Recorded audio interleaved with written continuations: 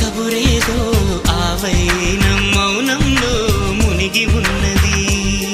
చిగురాకు చాటు చిలక ఈ అలజడి ప్రేమేగా, అనుకోని దారి గనక ఈ తికమక తప్పదుగా.